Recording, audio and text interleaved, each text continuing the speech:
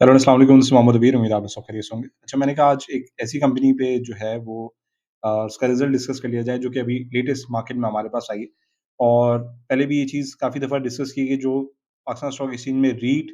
या फिर ईटीएफ्स की अगर हम बात करें, तो उनका मेन जो सोल पर्पस होता है वो अपने इन्वेस्टर्स को ओवर द पीरियड एनुअलाइज़ बेसिस पे डिविडेंड्स देना। अगर आप लोग में से बहुत सारे इन्वेस्टर्स ऐसे हैं जो स्टॉक मार्केट में ट्रेडिंग नहीं करना चाहते, सिर्फ़ चाहते हैं कि लॉन्ग टर्म बेसिस पे जो अपनी डिविडेंड यील्ड है या डिविडेंड इनकम है, उसको जो है वो इंक्रीज़ करें, तो उसके लिए हमारे पास सबसे अच्छा ऑप्शन ये है कि हमारे पास पाकिस्तान स्टॉक एक्सचेंज में बहुत सारे डिविडेंड बेस्ड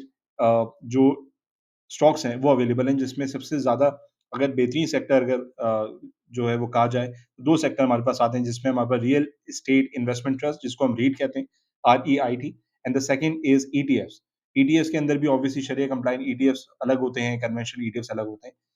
आज इस वीडियो में जो मेन चीज़ डिस्कस करने वाली है वो है इमेज रीड के हवाले से, बिकॉज़ इमेज रीड ने रिसेंटली सिंस रीड सेक्टर के अंदर हमारे पास डीसीआर, जो कि एक ऑब्वियसली एक बहुत बड़ी कंपनी है और एक बहुत बड़ा प्लेयर है, जिसके अंदर बहुत ज़्यादा over the period long time accumulation हुई और इसने बहुत कंसिस्टेंट बेसिस पे जो है वो डिविडेंड दिए सिंस डीसीआर ने जो रेंटल मॉडल है उसको चेंज किया था। सिमिलरली इमेज रीड जो रिसेंटली अभी हमारे पास स्टॉक मार्केट में लिस्ट हुआ है, लास्ट ईयर अगर हम बात करें तो इसने डेब्यू बेसिकली करना था और लास्ट ईयर से हमारे पास ये लिस्ट हुआ है, जिसकी वजह से आज अगर हम देखें तो ओवरऑल मज़ीद जो रीट्स हैं वो हमारे पास मार्केट में और हमारे पास स्टॉक मार्केट में इंट्रोड्यूस होने के चांसेस जो हैं वो बढ़ गए हैं। इसी तरह बहुत सारे जो हाइब्रिड रिजीम है, जिसका मतलब कि हमारे पास शरिया कंप्लायंट रीट ऐसा अवेलेबल है, जिसके अंदर मैं और आप लॉन्ग टर्म बेसिस पे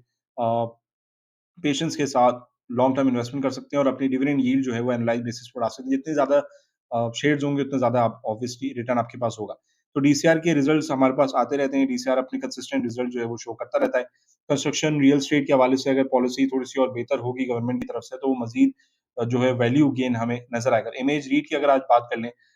एज़ ऑन टुडे 26 फ़ेब की अगर बात करें, जिस उन्होंने रिजल्ट अनाउंस किया है। रिजल्ट अनाउंस करने से पहले थोड़ा-सा इसका बैकग्राउंड दोबारा हम जान लें कि इमेज रीट जो है ये काम किस तरीके से करता है। सिनोलिंक रीट मैनेजमेंट कंपनी लिमिटेड जो है वो इसको बेसिकली मैनेज करती है, इस ट्रस्ट को मैनेज करती है, इसको लुक आफ्टर करती है, इसके सारे हिसाब-किताब को देखती है। और अगेन पाकिस्तान स्टॉक एक्सचेंज में लिस्ट होने के बाद ये पहला रिज़ल्ट है, जो इसने अपना शो किया है पब्लिकली। ऑब्वियसली इससे पहले जो ट्रस्ट वगैरह होते हैं, फंड्स वगैरह होते हैं, वो अपने रिज़ल्ट शो करते हैं।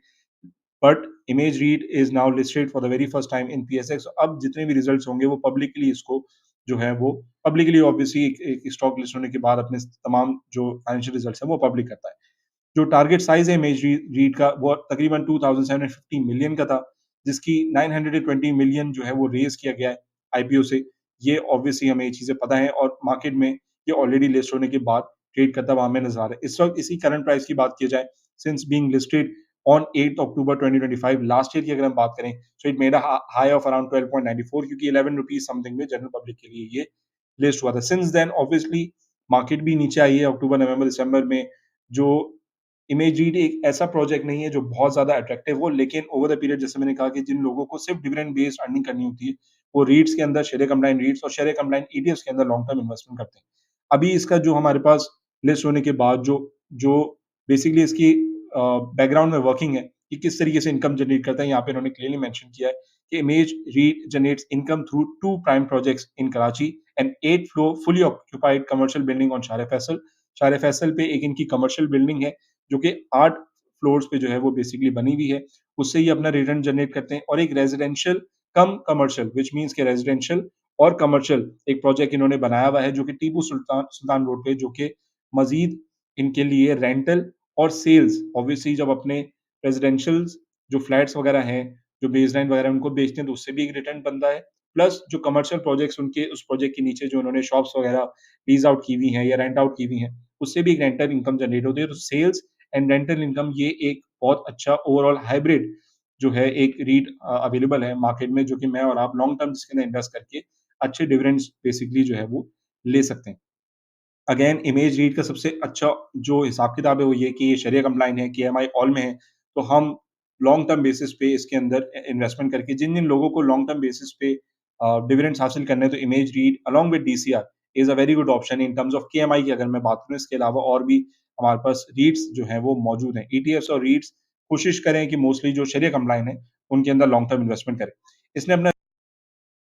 पे जो है वो फ़ोकस कर लेते हैं, रिज़ल्ट इसका देख लेते हैं, तो रिज़ल्ट के अंदर जो सबसे पहले मेन चीज़ अगर हम देखें, तो यहाँ हमारे पास वो है होता है रेवेन्यू, कि क्या रेवेन्यू पिछले साल same quarter, same period last year से इंक्रीज़ हुआ या नहीं हुआ? तो इसके अंदर हम क्लियरली देख सकते हैं कि रेवेन्यू लास्ट ईयर से इस ईयर की अगर हम सेम क्वार्टर सेकंड क्वार्टर की बात करें और 6 मंथ्स की बात करें, तो वो इंक्रीज़ होता हुआ हमें नज़र आ रहा है। सिमिलरली नेट ऑपरेटिंग प्रॉफिट भी हमारे पास लास्ट ईयर से same quarter to quarter basis पे बात करें और सेम पीरियड लास्ट ईयर की बात करें, मतलब पिछले साल दिसंबर में जो रिज़ल्ट था, उससे बेहतर रिज़ल्ट इन्होंने शो किया। ऑल इन ऑल अगर हम ओवरऑल इनके मोमेंटम की बात करें, तो हमें काफ़ी ज़्यादा स्ट्रॉन्ग बेसिकली जो है वो नज़र आता है, जिसकी वजह से अगेन पोटेंशियल इमेज रीड के अंदर काफ़ी ज़्यादा पॉज़िटिव है। अगेन ईपीएस की बात कर लें, ईपीएस हमारे पास पिछले साल से 1.16 6 महीनों की पिछले साल से बेहतर है और अगर सेकंड क्वार्टर की बात करें, तो वो भी 1.103 है, which is very much a better in in sense कि अभी भी हमारे पास कंस्ट्रक्शन के जो जो रियल एस्टेट के मामलात हैं, वो अभी तक बहुत ज़्यादा सॉल्व नहीं हुए। पॉलिसीज़ और टैक्सेशन जो है वो अभी भी हाई है। जैसे-जैसे टैक्सेशन में रिलीफ मिलेगा, ये प्रोजेक्ट जो हैं वो आगे जाके और अच्छे जो है वो अर्निंग शो करेंगे बिकॉज़ अगेन जितनी टैक्सेशन हमारे पास कम होती है, उतना ज़्यादा प्रॉफिट जो है वो फिर स्टॉक्स वगैरह हमारे पास शो करते हैं। ओवरऑल इमेज रीट का मार्केट में बहुत अच्छा रिज़ल्ट है और कंसिडरिंग कि इसने जो है वो हमारे पास डिविडेंड भी अनाउंस किया है। डिविडेंड की अगर हम बात कर लें, तो डिविडेंड इसने तकरीबन 0.20 का जो डिविडेंड है, वो बेसिकली इसने अनाउंस किया है which is very positive considering कि अभी इसने मार्केट में लिस्ट होने के बाद ये पहला डिविडेंड अपना अनाउंस किया which amounts to 2%। All although बहुत सारे लोगों को ये डिविडेंड कुछ ज़्यादा खास नहीं लगेगा, but keep this in mind कि इस वक़्त मार्केट में जो ये स्टॉक है, it is in single digit. अभी ऑब्वियसली डीसीआर की अगर हम बात कर लें, तो डीसीआर की वैल्यूएशन और कंसिस्टेंट बेसिस पे फाइनेंशियल स्टेबिलिटी की वजह से ये स्टॉक जो है बहुत ज़्यादा ऊपर जो है वो जा जा चुका है। इसकी स्टॉक प्राइस जो है वो बहुत ज़्यादा